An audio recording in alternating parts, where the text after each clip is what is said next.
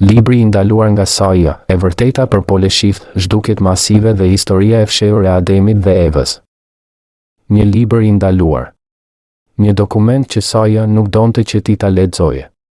Një teori që mund të ndryshojë gjithçka që beson për historinë, shkencën dhe origjinën e njerëzimit. Quhet The Adam and Eve Story dhe për më shumë se 50 vjet, pjesë të tij ishin të klasifikuara. Pse? Çfarë përmbante ky libër që e bëri Cian ta censuroj? A ka toka një cikël të fshehtë zhdukjeje totale? Dhe a janë Ademi dhe Eva, jo njerëzit e parë, por ata të fundit? Për 20 minuta udhëto me mua në një histori që përzien shkencë, mister, mitologji dhe fshehtësi qeveritare. Chan Thomas nuk ishte një autor i zakonshëm. Ai ishte një studiues i pavarur në vitet 60, i fiksuar pas teorive mbi zhdukjen masive dhe qytetërimet e lashta të humbura. Në vitin 1963, ai botoi një libër të çuditshëm dhe tronditës, The Adam and Eve Story, The History of Cataclysms, një teori që sfidonte gjithçka që shkenca moderne thot për tokën dhe historinë e saj. Sipas tij, çdo 6.500 vjet, toka përjeton një zhvendosje të menjëhershme të poleve gjeografike, jo magnetike. Brenda orëve, pollet zhvendosen, oqeanet shpërthejnë mbi kontinentet dhe një cikël shkatërimi fillon nga e para. Dhe e gjitha kjo nuk është një hipotezë. Ai pretendon se ka ndodhur më parë dhe do të ndodhë përsëri. Chan Thomas përshkruan një toke që është e paqëndrueshme, që çdo disa mijëra vjet bërthama e saj e brendshme rrotullohet duke e bërë korën e jashtme të lëvizë si një lëvoshk portokalli. Rezultati? Vulkane. Tsunami me lartësi mijëra metra. Zhdukje totale të qytetërimeve.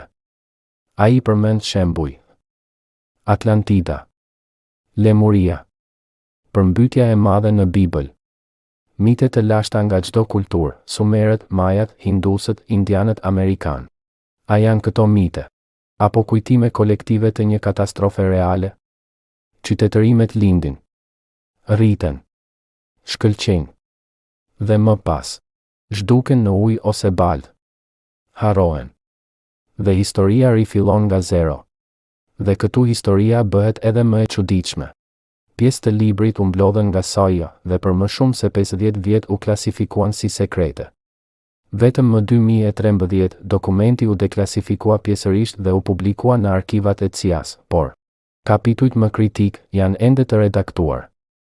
Pse Saia do të censuronte një libër pseudoshkencor? Çfarë kishte aq të ndjeshëm në të? Teoricienët besojnë se Saia pa në këtë libër një kërcënim për kontrollin narrativ mbi historinë njerëzore. Ose Thomas kishte akses në burime sekrete që nuk duhej të dilnin kurrë në publik. Një burim thot, nëse kjo është një fantazi, pse frika e kaq shumë institucioneve për ta ndaluar? Para se të ekzistonte Evropa, Amerika apo Afrika siç i njohim sot, toka ishte e formuar ndryshe. Pangea, një superkontinent i vetëm që më pas u nda. Më pas lindi Gondana, një tokë gjigande që përfshinte Afrikën, Australinë, Indinë dhe Amerikën e Jugut. Dhe pastaj u nda përsëri. Shkencëtarët pranojnë se këto ndarje nuk ishin të qeta. Ato u shoqëruan me lëkundje të mëdha, ngritje oqeanesh dhe ndoshta katastrofa globale. Por ka një pyetje që mbetet e pasgjidhur. Po sikur në ato superkontinente të kishin ekzistuar qytetërime shumë më të avancuara se sa mendojmë? Gjeologët modern nuk e pranojnë teorinë e zhvendosjes së menjëhershme të korës së tokës. Por disa zëra brenda komunitetit shkencor e kanë diskutuar mundësinë. Charles Hapgood, një tjetër studiues alternativ, zhvilloi idenë e krustal displacement. Ai mori madje mbështetje të pjesshme nga vet Albert Einstein, i cili tha, idetë e tij janë të vlefshme dhe duhen eksploruar më tej. NASA ka regjistruar zhvendosje graduale të poleve magnetike, por Thomas flet për diçka ndryshe, një kataklizm të menjëhershme. A mund të ndodhë kjo? Apo është një teori frike? Ndoshta pjesa më kontroverse e librit është kjo. Thomas thot se Ademi dhe Eva nuk ishin njerëzit e parë, por ishin të mbjetuarit e fundit të ciklit të mëparshëm. Pra, një çift që shpëtoi nga katastrofa e fundit globale. Ata nuk ishin fillimi, por vazhdimi. Dhe Bibla?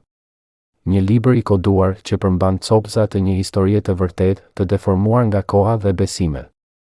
Çdo qytetërim e ka përmbytjen e vet, çdo mitologji flet për një fillim të ri pas shkatërimit. Po sikur këto të mos jenë trillime, le ta shikojmë me kujdes. Maja flisnin për një cikël prej 5 epokash të njerëzimit. Hinduizmi flet për 4 yuga, epoka që mbarojnë me katastrofa. Grekët flisnin për moshën e artë, të argjend, të bronzë dhe të hekurt, çdo epokë që përfundon me një tragjedi. A janë këto mite? Apo kujtime të një rituali të përsëritur? Ndoshta, Atlantida e Platonit nuk është thjesht një metaforë. Ndoshta ishte një kulturë e zhvilluar teknologjikisht, e zhdukur nga një zhvendosje polesh. Në thellësitë e oqeaneve janë gjetur struktura të mëdha gjeometrike. Në Antarktid ka formacione që disa pretendojnë se janë piramida nën akull. A mund të jenë këto mbetjet e qytetërimeve të një bote që ka ekzistuar para nesh? Historia zyrtare thotë se civilizimi njerëzor filloi rreth 6.000 vjet më parë. Por gjithnjë e më shumë prova arkeologjike tregojnë ndryshe. Gobekli Tepe në Turqi është ndërtuar rreth 12.000 vjet më parë, para çdo qytetërimi të njohur. Struktura të mëdha në det në Japoni, në Kubë, në Oqeanin Indian, janë të pashpjeguara. Disa shkencëtar të pavarur sugjerojnë se njerëzimi ka ekzistuar për qindra mijëra vjet, por në mënyrë ciklike. Nëse Chan Thomas ka të drejtë, atëherë ne nuk jemi fillimi i historisë. Ne jemi një kapitull i radhës në një libër që vazhdon të shkruhet pas çdo katastrofe. Në vitet e fundit kemi parë ndryshime klimatike ekstreme, zhvendosje gjeomagnetike, ngrohje globale, vulkane aktiv që flen. A jemi duke hyrë në një tjetër cikël katastrofe? Apo po I lidhim gabimisht të gjitha me një teori të harruar?